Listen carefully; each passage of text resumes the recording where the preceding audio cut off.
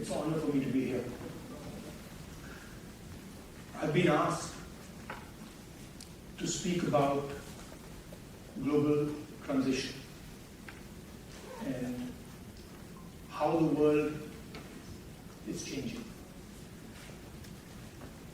And also how one should act through that change, how one should think about acting through the turbulence that is obviously going to come. When we walked across our country, all of us, started with about 125 people, and it fundamentally transformed the way we think about our country, about our people, about politics, about what is important. A lot of people ask me, what's the lesson you've learned from this? And for a long time I couldn't say what it was. I couldn't answer. I'd say, I picked up so much information overload, I can't really tell you what this has done. It was the most beautiful experience of my life, by far. And very quickly, in a week, 10 days, a silence descended on us. We couldn't speak. We went from trying to explain things to people. This is why agriculture isn't working. This is how you should think about education. This is how the healthcare system should look. This is what we should be doing. And suddenly we all went silent. And we went silent because we came into contact with a intelligence that we had never seen, that we had never even conceptualized could exist. Farmers who many people would say, don't have an education, and then who are explaining things to us in a way that we just are in stunned silence. Right? And we saw this with farmers, with laborers, with small businessmen, everybody. And so this silence descended on us. And we just sort of stopped talking and started listening. And we heard tales of immense suffering. I can think immediately, I thought about one which sort of, to me, embodied the spirit of my country, our country. I was walking, and a young man came and started walking with me. And I put my arm on his shoulder, and suddenly I realized he didn't have arms.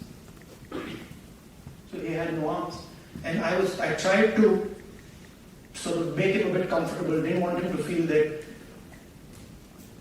I know you don't have arms. He wasn't too bothered. And we started talking, and I asked him, listen, what do you do? And he looked at me and he said, I'm a mechanic. The immediate thing in my mind was, he's lying. How can he be a mechanic? He doesn't have arms. It's impossible. So I said, well, I didn't want to be direct. I didn't want to say, you're lying. I said, listen, what cars do you repair? He says, I don't repair cars, I repair motorcycles. So I said, oh yeah, what motorcycle do you repair? And he started listing all the motorcycles. So I said, can I come and see what you do? And he said, yeah. And then he proceeded to take us and show us how he serviced the motorcycle with his feet. It's the most amazing thing I've ever seen in my life. He took apart the entire engine with his feet. And he put the entire engine back together with his feet. I can't do it with my hands. So we saw these type of things happening. And we saw clearly the disconnect between our politics and our people. And that disconnect is visible in the United States, it's visible in the rest of the world. There's a huge divide between the people and the politics. Politics is talking about something else, people are talking about something else. We experienced this multiple times. And as I was walking through this, I kept thinking, something puzzled me. What I couldn't understand is that while we were walking, we had no force. Force was completely on the other side. The other side had police, they had the institutions, they had the media, they had social media, they had everything.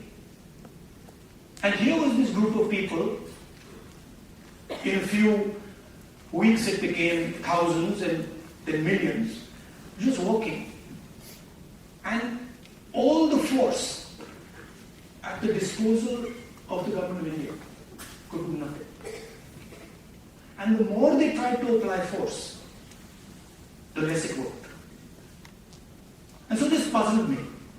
I was like, how come they have all the force, they have all the systems, and nothing's happening?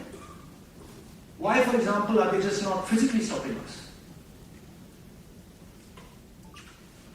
And this was a question that just kept rotating in my mind. I'm like, why is it that they have the force, but they don't have power? And I realized that force and power are two completely different things. Most people, politicians in particular, confuse force and power, and they think they're the same thing. They're not the same thing. They're completely different things. Power is an act of imagination. Power is in the present. It is not linear. And power comes when you go close to the truth. The reason we could not be stopped by force is because we were weaving around near the truth. And what was really interesting to me was it didn't matter how much force the other side had. They simply could not transfer that force into power. And they kept saying to us, people will ask us, so when are you going to stop? We're like, we're not going to stop, we're going all the way to Kashmir. No, you're not going to be able to go to Kashmir. They told me in Kashmir that, look, if you walk the last 4 days, you're going to get killed. They're going to throw hand grenades on you.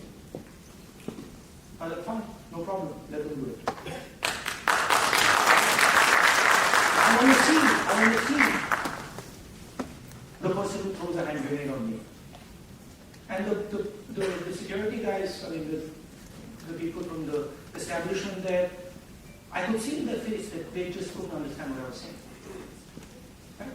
So, this distinction in your life, in your work, is very important. It doesn't matter how much force the other person has. You can still have power. And it is determined by how close you are and how precise you are with regards to the truth. Now, you can see these moments. Mine was a very small one. You can see these moments of power versus truth in history. Big ones. Example, my leader, Mahatma Gandhi, fought the entire British Empire. He had no force. They had all the force, all the structures, the army, everything. Didn't matter. Right? The Declaration of Independence here in the United States. Again, a moment of power, a moment of truth. Doesn't matter how much force the other person has. So why am I telling you this? Why am I making this distinction between power and force? And what does it have to do with the transition that we're facing? Well, the transition we're facing, there are three transitions. There is a revolution in mobility. There is a revolution in the energy system. And there is a revolution in connectivity, what we call AI and data. These are the three revolutions that are taking place. And they're going to affect everything. The last time we had a similar transition, a transition of energy, a transition of mobility, we had 2 world wars. Right? And it's in times like that, of great uncertainty, of turbulence, that you need acts of imagination. When I was coming here to Stanford University, I was thinking about it. All the work that you do, a lot of the work that you do, robotics, AI, where was the moment of power? The moment of power was when President Kennedy said, let's go to the moon. Right? That was not an act of force. That was an act of imagination. And from that, a lot of the work you do has evolved. And that's the type of relationship the United States and India should be thinking about. A relationship that's based on the true reality of our people. We know in India a lot about the reality of our people. All of you know. You live in our great country. You know the levels of poverty that we have. You also know the amazing amount of skills that we have. The United States has the world's cutting-edge technology. And we already have a bridge between us. It's important that this bridge is not simply a bridge based on force, but it's a bridge based on the reality of our people, on an understanding of the realities of both our people. India has some huge advantages. In a data-centric world, we have one of the largest pools of data. You over here are testament, many of you, to our skill in technology, in software.